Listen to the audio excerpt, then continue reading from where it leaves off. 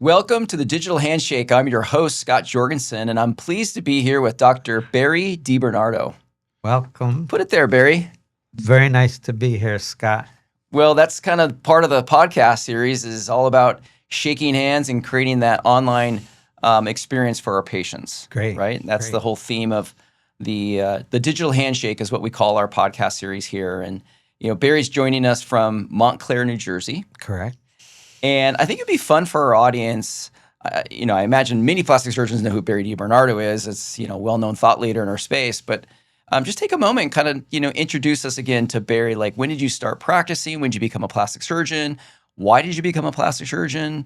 Open us up to, if you will, that part of Barry that maybe we don't know about. Absolutely. So it started, when I was 12, I started doing photography. Mm-hmm. When I was 16, I started doing professional photography. And with that, I did portraits, weddings, all that before I graduated high school. And while I was doing all that, I realized that these adults didn't want to look the way they look. Like, can you retouch this? Can you change that? Can you, and I'm like, okay, I'm seeing a trend here. And I said, I already do professional photography. So maybe, and this was in about 9th grade, I go, why don't I try to learn like how to make the changes they're trying to make, but on a permanent basis? Yeah. And then I'll do their photography. Then I'll take a picture of how they look. So probably about 9th grade, I didn't want to become a doctor. I wanted to become a plastic surgeon. Wow. And I figured also, let me try this. My parents never went to college, and I'll try this doctor thing. And if it doesn't work, I'll do professional photography because that's what and motion picture production. Mm-hmm. But it kept working, and it kept working. And then, I got into Cornell Medical School, and then Here we are. Here we are. So I kind of knew I wanted to be a plastic surgeon long ago. I think what would be also fun for the audience is, we're here to talk about digital marketing. We're also here to talk about how do we make, our first impression online our strongest asset, right? And that's really the place now where patients are finding their plastic surgeon is typically through their research online, right? And so having a strong digital presence, a strong digital identity is critical to any plastic surgeon's success and really survivability. With that said is, Barry, you've been practicing for some time. You mentioned to me that you became a plastic surgeon in 1991. Correct. And this is pre-internet. Oh, it's pre-everything. Pre-everything, right? So what was it like as a plastic surgeon back then, before the internet, to market? What did you do? What were the types of tactics and things that plastic surgeons did to find patients? So it's interesting. And from what we said before, I did pretty well with that because I had the photo power behind me. No one could out-photograph me. Yeah. So I always had very good before and afters. I had that photographic presence. And so back then, what did we do? We had yellow page ads. but what I would do is I would do a lot of seminars. So I had my loads of carousels with all my beautiful before and after pictures. So I think I was ahead of the curve because that's the predecessor to what we're going to talk about digitally. Yeah. So there's an imaging presence, and I had that back then. So I would do seminars. We'd have print ads, sometimes billboards, like all very visual type things. TV, radio, magazine. Yeah. And today, all of those are just, you don't do that. Right. None of that. Billboards are still a little active. Yep. But everything else is pretty much dried up. Right. So now it is all digital. And what does that mean? And how do patients get a sense of us from that? Right. Well, now thinking back to the internet comes forward, and you're a plastic surgeon, and you've been pretty forward-thinking in adopting new technologies and new innovations within our industry. I just have remembered I would associate you, Barry, with definitely one that was an early adopter Correct. of many modalities and technologies within the plastic surgery and medical aesthetic space. But would you say that that's true from a marketing standpoint? Would you say that you have been an early adopter or a forward thinking in terms of that? Or have you been, hey, I'll let others kind of go out there and then I'll quickly follow behind? How would you describe yourself now that, we're in this digital medium of online marketing? Never follow behind, develop the future, work on the future, and if it didn't exist, we create the future. Right. And I think that also stems back to the first technologies were lasers. Mm-hmm. How did I get into that? Well, if you think from a technology standpoint, what is a camera? A camera is a box with light coming in, hitting a medium, whether it's film or a sensor. Mm-hmm. What's a laser? The opposite. A light going out, instead of hitting film, it's hitting skin and creating an effect. So I think early on, everyone realized I knew the physics of what was going on in both directions. Mm-hmm. And that's how I got into the lasers. And that's how we got into the research. And then energy changed from laser to radio frequency to plasma to ultrasound. And with that, I guess early on, I thought it was kind of cool. We can help these companies develop things, and I understood all of that. And parallel to what you're talking about is all of the things we would work on were new, cool things. Some worked, some didn't work.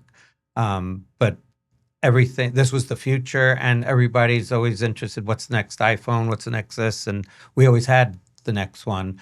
And right now, we're working on the ones 3 years from now. So that's kind of how, and that's what I've done for the last 30 years.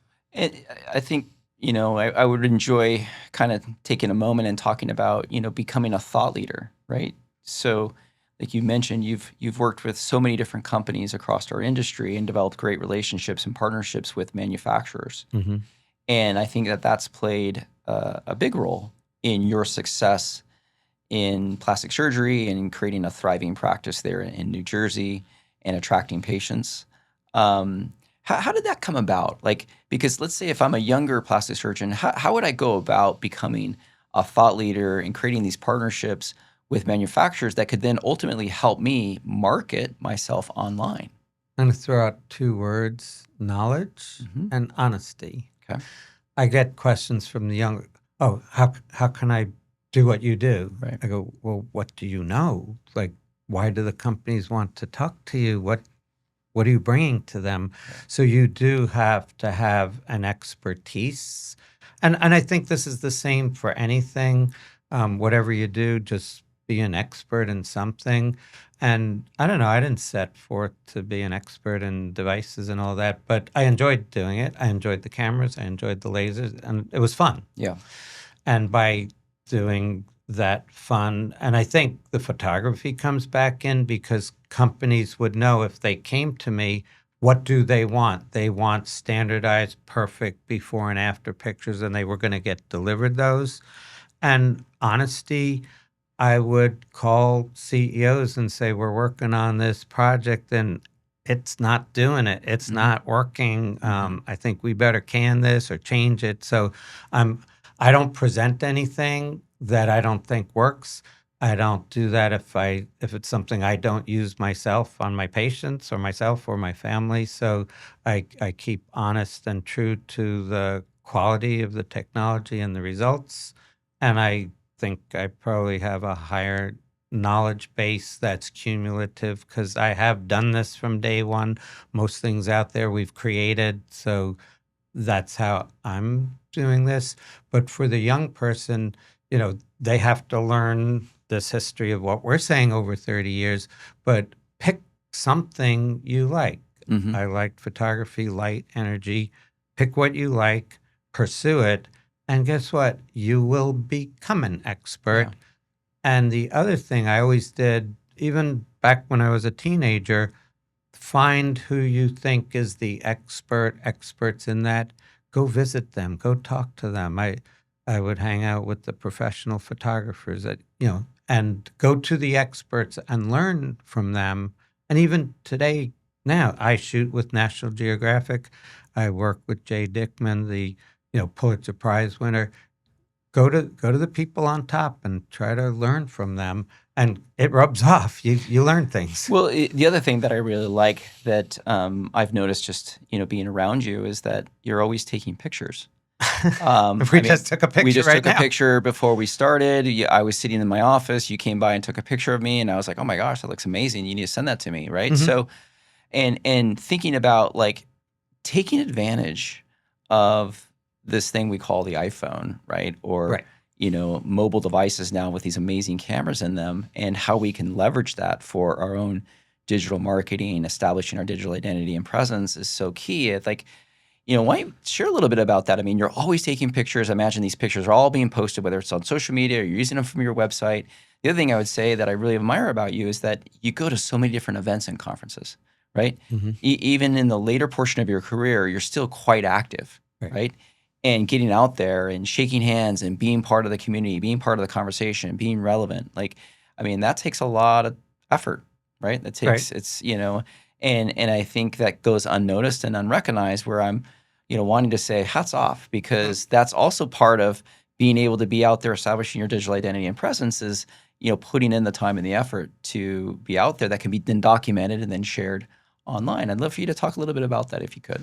Sure. So who do I? Maybe it's with Jay from National Geographic. There's a difference between looking, because we talk about this through the camera. Mm-hmm. You can look, but you need to see. Yeah. And I think I take by I walk around normally seeing. Mm-hmm. Like when I saw you in your office, you were in a certain, and I saw black and white, and I saw, and what we're trained to do with our photography is capture the moment. These are not record shot. It's not. I just don't take pictures. Like see, think, and create. Mm-hmm. See, think, and create. And I captured your essence. I captured your moment, and I saw. And now we preserved for eternity. And then I edited it.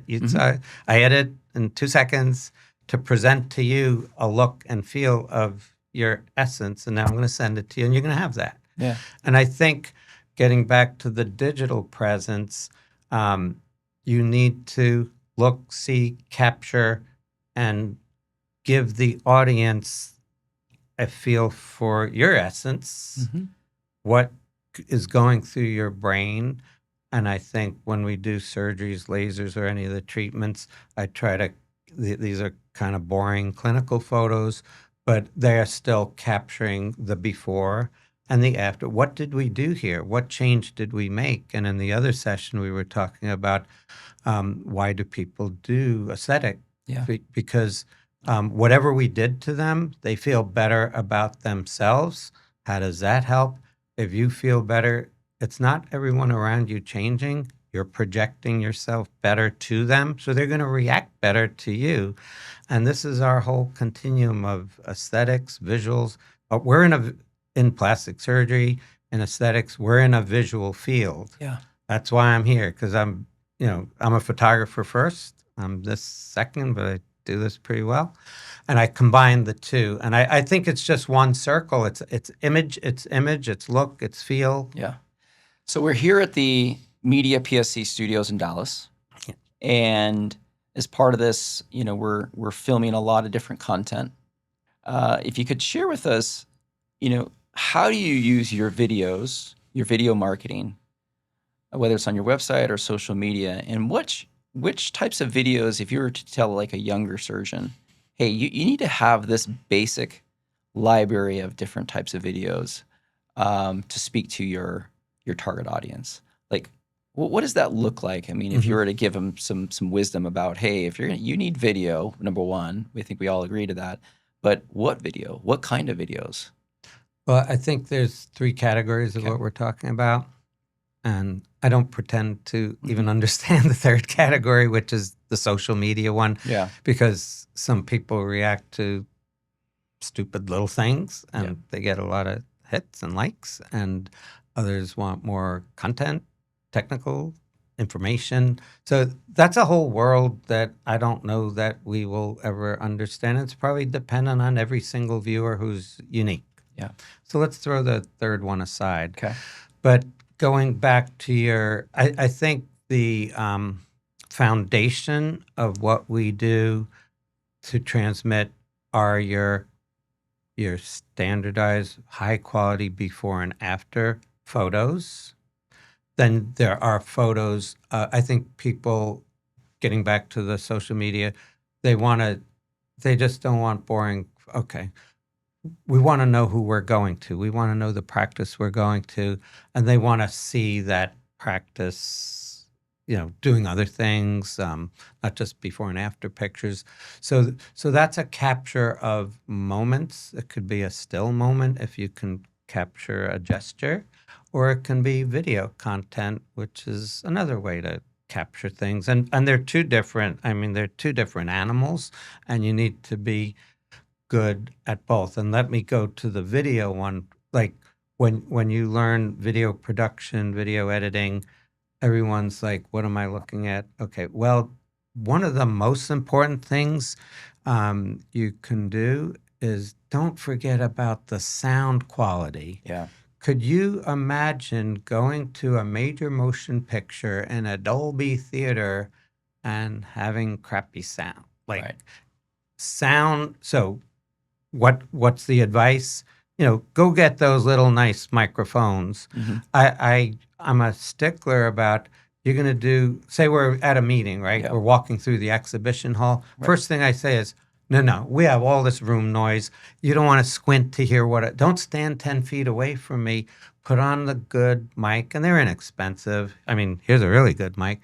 But get good sound quality, and that's almost as or more important than the video quality. Yeah.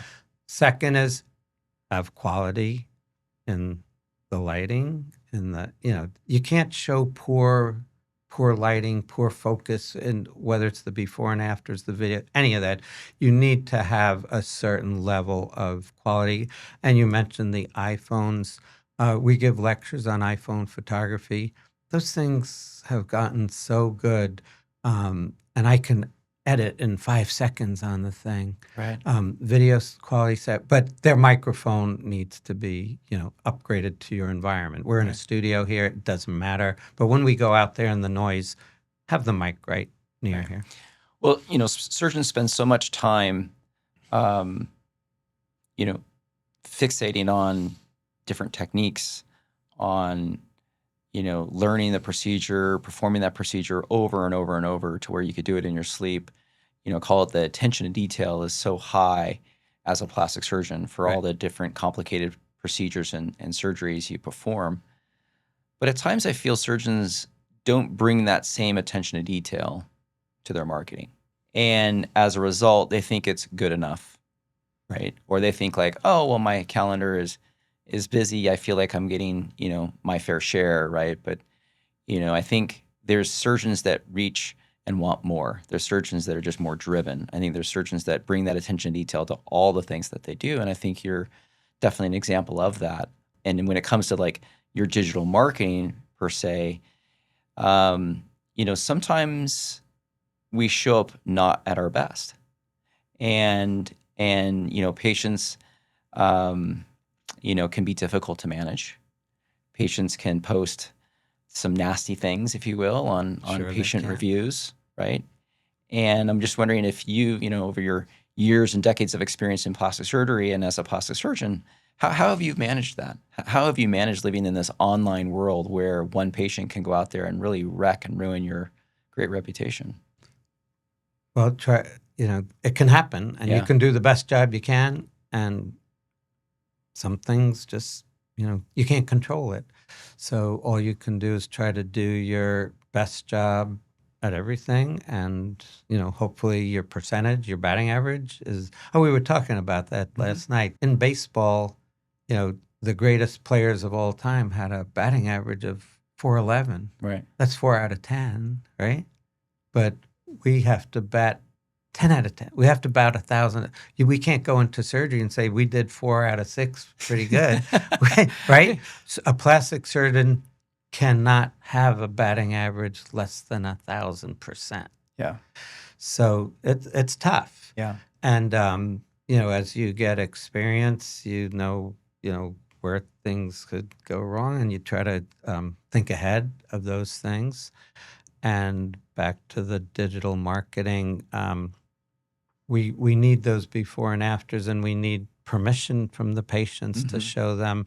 And my staff will always, I don't know if they're going to sign, but as I go with it and explain everything, and then I show them on the screen how you look, and I say, "You're so excited. We're excited too. Can we show this to other people?" And some say yes, or sometimes we have to block the eyes. Yeah. No names, no faces, Yeah. but it's rapport. You have to have rapport, and.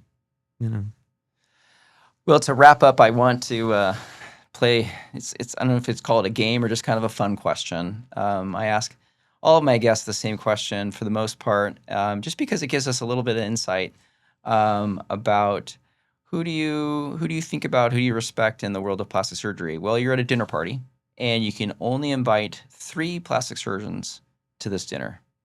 Who's coming to dinner with us? All right. Well, the first one coming is Dr. Posner, Okay. Jason, because we work on everything 3 times a day, Yep. all the time. So he has to be there.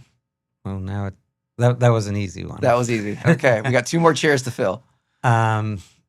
It could be someone dead, could be someone alive, could be someone you've never met, could be. I think I'd have Dr. Hunstead come. Yeah. Joe. Mm-hmm. I mean, Joe, he was a powerhouse. He did very nice work, very, nice guy, very nice work. And I've always respected him. I think when I was first in practice, I went down there and we learned a lot of body contouring from them.